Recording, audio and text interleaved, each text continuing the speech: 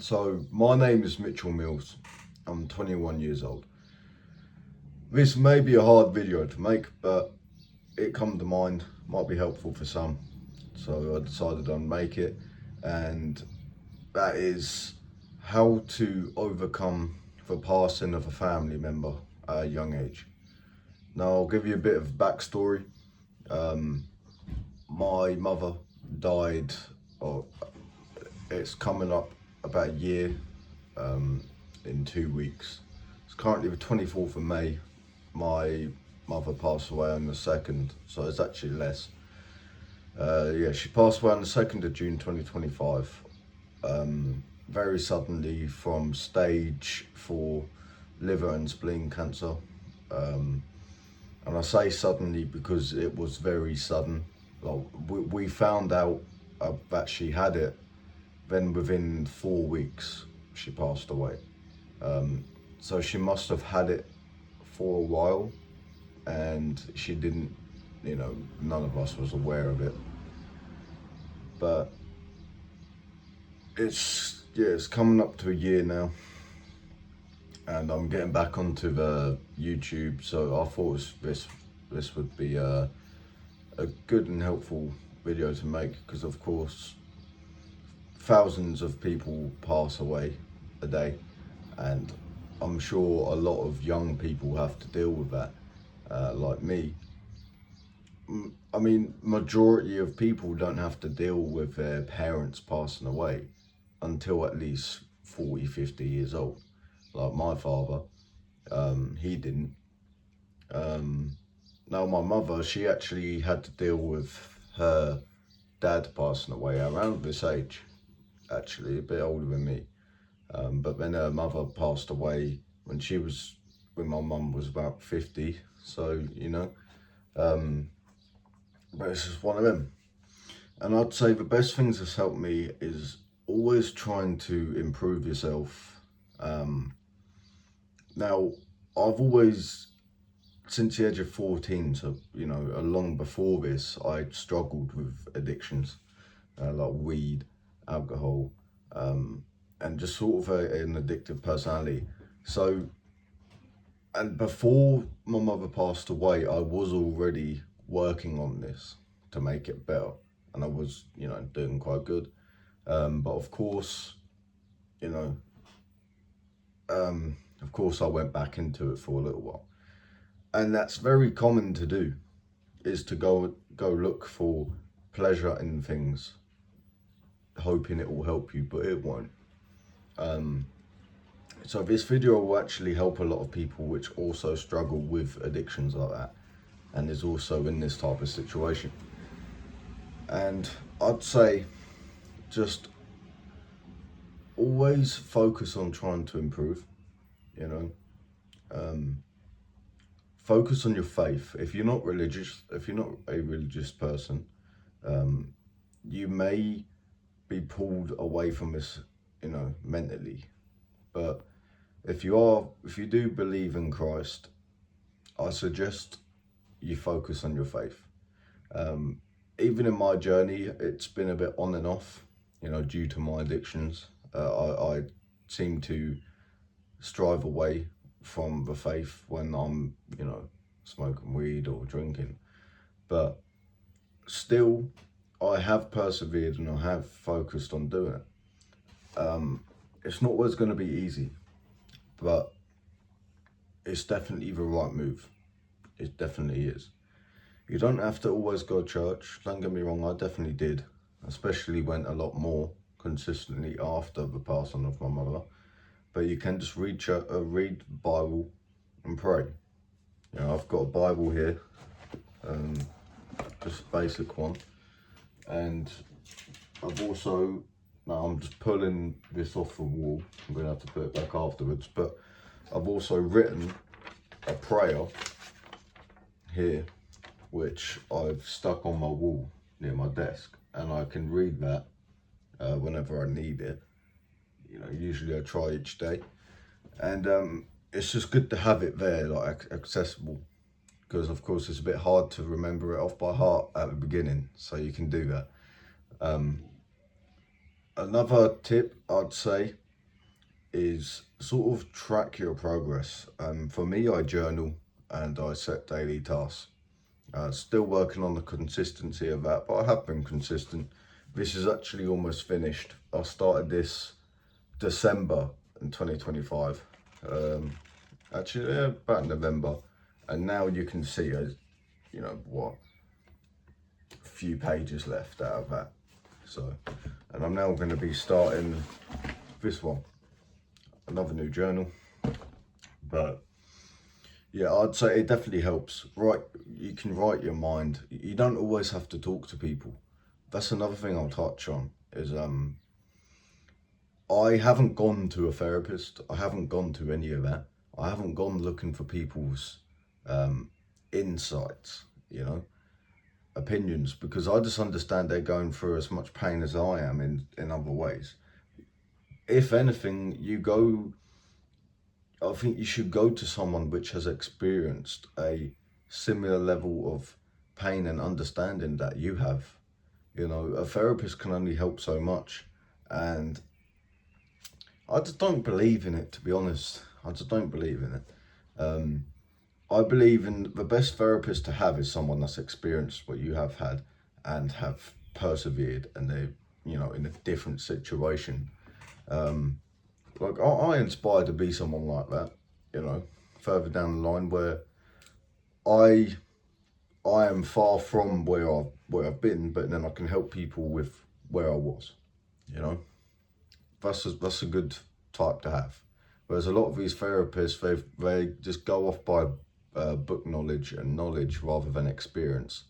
If you haven't got someone to reach out to which hasn't experienced what you've experienced, they don't really have as much of an understanding and sympathy for you as they would. But yeah, another thing, don't go out looking, don't go for medication. If you get a bit depressive, there's reasons to that. Don't go get antidepressants. Don't go get anxiety medication or anything like that if you're feeling that way. There's a deeper reason to why you're feeling that way. Maybe it's your schedule, you know, what you do during your day, what you eat. Maybe that's yourself telling you that you need to do more, you need to be more, you need to be a better person. There's always a deeper level to that. Because I have an understanding that depression, if you split it off, is deep rest. Deep restion. Might sound a bit corny, but I see it as you either need deep rest, you know, you need to rest more, you're overworking yourself, your brain needs a bit of a break, body needs a bit of a break, but that's the least common one. The most common one is that you're having too much deep rest, you know, you're eating bad food, you're in bed all the time, you know, you're not productive as much as you could be. Maybe you have been productive and now you're not being productive, and that's just yourself telling yourself you need to change, but you're not doing it. So you're naturally going to go into a depressive state, you know. It's a bit of a common knowledge thing, but of course nowadays it's not common. It used to be common, but nowadays it's not, because it's been so glorified to go get these medications or go for therapy. Whereas you can all do it within, you can all do it by yourself. You know, you can go out looking for other people, but like I said, get it from people that has experienced a similar level to you. You know, like stuff like this would help. This would help me. I haven't seen this. Don't get me wrong, I haven't gone out searching for videos like this, but I've felt inspired to make it. So I'm sure someone will be inspired to look at it. Yeah. Another thing is, if you haven't been in the past, it might be a bit of a new approach, but if you've been in the gym already, continue doing it. Go to the gym, you know. I've been a bit inconsistent with the gym, but of course I've still kept it going. And for the past 3-4 months I've been doing MMA, mixed martial arts. That really helps. Really helps. I suggest you get into some sort of martial arts. You know, I chose MMA because it's got everything. You know, I thought about going into boxing. I did about 3 months of boxing in the past, and then I also done about 5 months of Muay Thai. But I just saw it as why tackle one part of martial arts when you can do many in one, and that's why I'm doing MMA. But it's a very good thing because you build a community within the gym. You don't get that in the normal, you know, body growth, muscle, you know, building gym. You don't really get that. You all sort of stay to yourself. You're just there for yourself. Sometimes you socialize, but it's not really the case. Whereas when you're at an actual fighting gym, you have to socialize. You have to meet new people. And in my case, I've moved to a new area. This has been a very good way for me to meet new people. And of course, it's a great way to do it. You're improving yourself and you can relate to that. It's a hobby you both have. So it's very easy to do.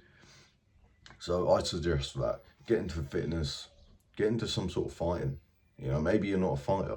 I'm not a fighter, I'd rather be a lover. But I like the idea that I can go do this. One, it's legal, and two, it's actually, you know, it improves you for life. You never know what might come at you.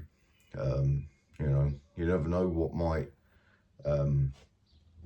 you know, you might need to protect your family one day, and then if you can't fight,